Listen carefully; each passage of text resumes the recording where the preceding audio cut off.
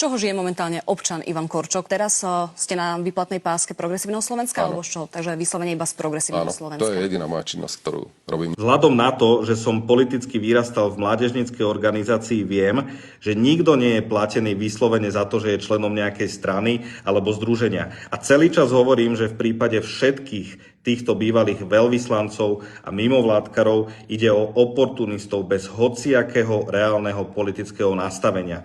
Jednoducho sú to herci. Potom sú tam tí nešťastníci demokrati, čo je vlastne celá tá štafáž, ktorá držala pri živote Igora Matoviča až do trpkého konca.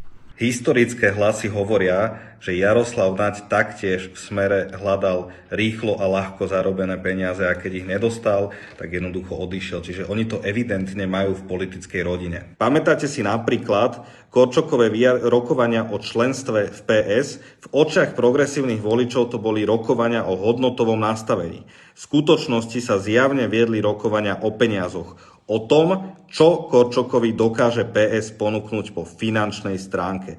Korčok so svojimi ľuďmi takto minulý rok pretransformoval 180 000. Pozor, to je odmena 15 000 eur na mesiac.